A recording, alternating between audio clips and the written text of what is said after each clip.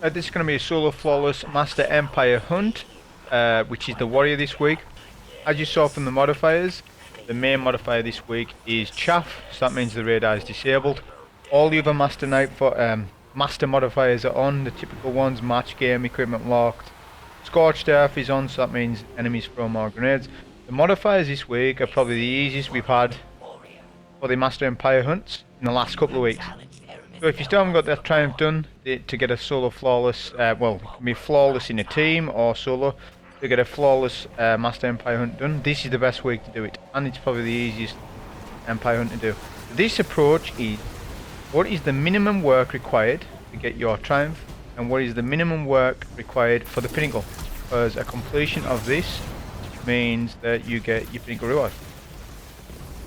Platinum isn't linked to it, essentially. So this first area, this is where you want to hang around. Now, you see the big Vex Boss went to stomp us. I was preempting that. We equipped our sword to swipe back lest we would have got stomped off the map. Now, with this area, just to give like an understanding of what's happening, you want to try to keep some falling up. Now, why do you want to do that? Well, the only trigger, because the whole thing's based on triggers, and the first trigger to get through to the next room is the Vex Boss. Now, if you leave some falling alive, it means you can skip this area after you kill the Vex Boss easier. Whereas if there's just Vex up, the Vex, all the snipers, there's 3 of them, 2 anti-barriers and a regular sniper, but if they all hit you at once, that's a one shot off each of them. So what you want to do is obviously eventually take out the Vex Boss. We're using Witherhoard, an anti-barrier pulse, which is arc, and a arc sword. There is no void or solar in it at all, so you don't need to prioritize that. It's just arc shield. You do need anti-barrier pulse on this next area. We're just going to skip. You're just going to follow the directions. That's essentially to it. But while I'm doing that, I'll explain what I've got on my armor mod. So I'll split it up into 3 categories. We've got ammo perks, charge of light perks, and resist perks, and seasonal perks. So, as for the ammo perks, we've got grain launcher ammo finder, sword ammo finder, scavenger perks for both of these, reserves for our sword. We've also got an anti-barrier pulse mod on our gauntlets. Charge of light mods are ×2 charged up, meaning that we get a ×4 charged with light. We've a Lucent Blade, which gives us obviously a damage boost for our sword. We didn't have the secondary perk active, which gives us increased charge rate, but you don't need it because I'd rather have had sword scavenger and GL scavenger rather than putting an arc mod on. Then we had Concussive Dampener on. We only had 1 on because we had reserves. Then we had Surge Eater and Thermal Overload. We didn't need the Surge Eater and the Thermal Overload. We could have just used Spores of War instead. Which Spores of War, for people who don't know, that does. You gotta finish your kill on a champ, you get a heavy brick. The thing is, we're not killing many champs. You could just put anything you want on your class armor, to be honest. So with this part, as you saw there, I skipped the previous room. Champs just went through. Then I went up top and then cleared the shanks mostly from there. We were then going to go down and try to proc some of the explosions on the shanks. If you run past them close enough, they do. Or you can just use Witherhoard for that. Now, I was a little too close there, but as you saw, the Concussive Dampener saved us. Otherwise, that would have been a death. I would advise with that bit, stay up top and take all the exploders from up top. If you want to be safer on it. Now with this part, the next trigger for this room, there's a blue aura door. Whenever there's a blue aura door, it means triggers in this room, as in ads need to be cleared. All shanks need to be cleared, that's why I've done that. The anti-barriers need to be cleared, I believe, and the solar shank at the back. So we have a well, so we're going to use that for this bit. We can pre-Witherhoard, solar nade, then a well, and then we take the shank from here. Use our sword for that. Now we've got GL loader on. If you do not have GL loader on, you won't be able to multitask the champs like this, like 2 of them at a time. And my pulse rifle has disruption break on, which means my Witherhoard gets an extra 50% damage buff, okay? Which is insane. So that just means we can, as you see, I'm multitask. I'm taking both champions at the same time, giving us well energy back because we've got Phoenix Protocol up. Got to mention. Whilst we're on Well Radiance, just makes sense. We're using a sword and stuff.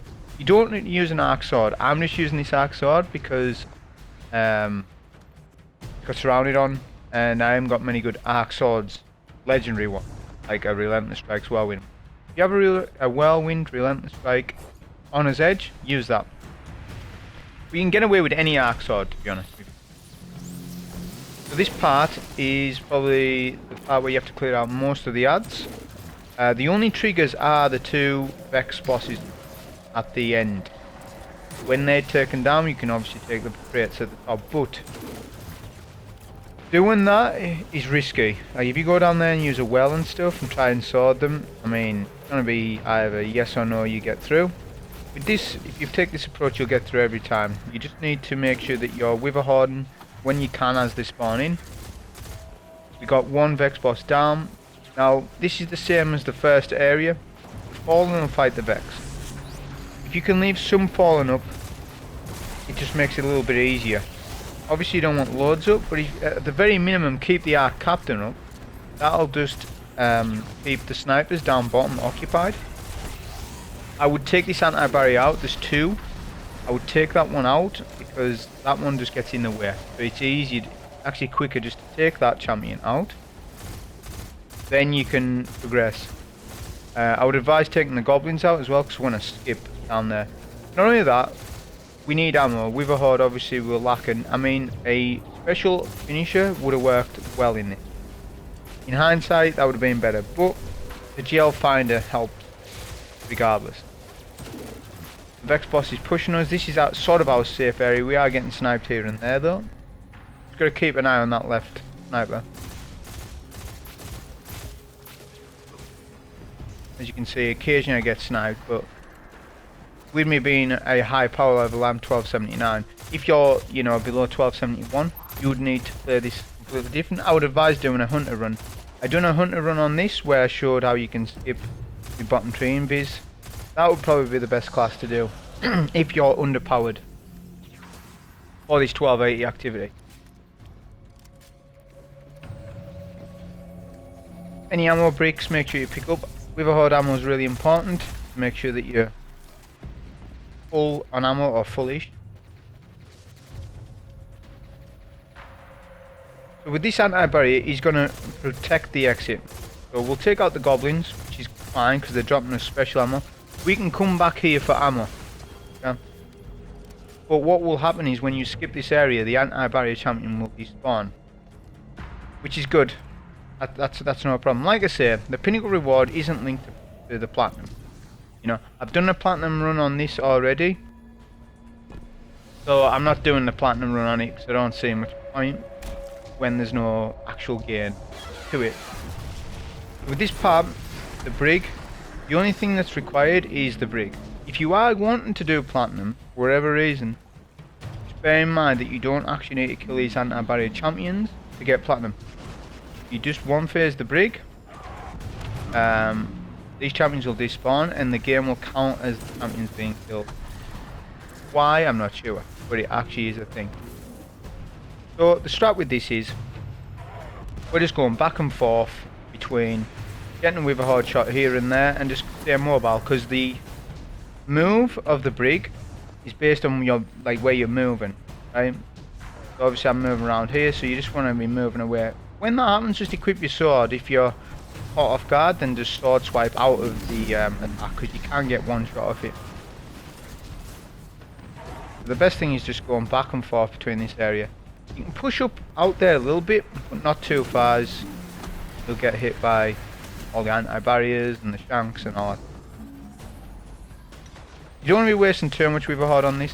We've got ammo back there, like up top, so you know, we can use quite a bit. When the brig goes up, like hovers like that, obviously the attack pattern will change. It's actually easier, you don't really need to move. You stay in this area, you don't need to move out of that attack. Once that's dealt with, we can go for ammo. As I said, the anti-barrier in the previous room will despawn. and we can get any ammo drop. So, a fallen guillotine would work in this as well. I was just wanting to use this arc sword on the captains, but swords bypass shields anyways. But sometimes it's still worth off having a matching sword because the shield will explode on the enemy, and it'll just give that additional stagger. Whereas you can stagger them, you bypass the shield, but you don't stagger them. And we have charge of light ×4, which means we've got Lucent Blade, which means we're going to get the key in there. We're not going to get the increased recharge rate, but that's fine. All I was interested was getting the damage buff. That will easily take a third of the boss, right there. We had a healing rift. You must healing rift that. Okay. On this section, on the second plate, we're just going to Witherhoard each side. If you Witherhoard one, all the adds will group to the other side, and then we can just use sword if needed. You want to stay behind cover because if the boss snipes you there while the adds are hitting you, then that can be a way. As you can see, it spawn kills everything. If you can leave an ad alive, that's great. If you can push up to this area here, stay behind cover though, because what this means is you're going to be in a better position for DPS. So we'll take the Marauder. We did lose charge of light on that Marauder, but Tira there, we're in a well anyways, we're getting 25% damage. We'll well that immediately, as you see. The boss veers out of your well, just back it into your well a little bit. The boss completely walks out of your well, you're going to have to Witherhoard. But if you do the well on top of the boss, you don't give the boss much chance to retreat. That deals with the second plate. Now we're on the final plate. Pretty much the same method. We'll Witherhoard each side. Our Witherhoard shots were a little bit too soon there. And we're going to play this slow. We're just going to take all the wretches. As you saw, it took all the wretches just about. Obviously Witherhoard's not going to penetrate the arc shields, but again that's why we've got the arc sword on. We can Witherhoard them, then break their shield, or break their shield, then Witherhoard like this, and then that'll take. If you're low on sword ammo. I see that there's a brick over there for me, so I think I end up eventually getting that. This final phase has two phases of ads. Before the boss is no longer immune. Then after he's immune, there's a bunch of our captains spawning. Ideally what you want to do is wait out your super. I got a little impatient and didn't, but I would advise that you do. It just makes things a little bit more simple for the final stand. Then again, you want to try to save an ad alive. If you can save a wretch up, that's ideal. But if it's the captain, then you can still make it work.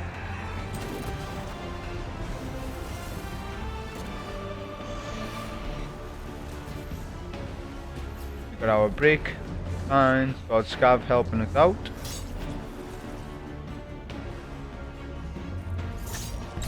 So what happened with that is, my sword took out the captain when I didn't want. I thought that would leave the captain one shot, but it didn't. So that starts the next phase.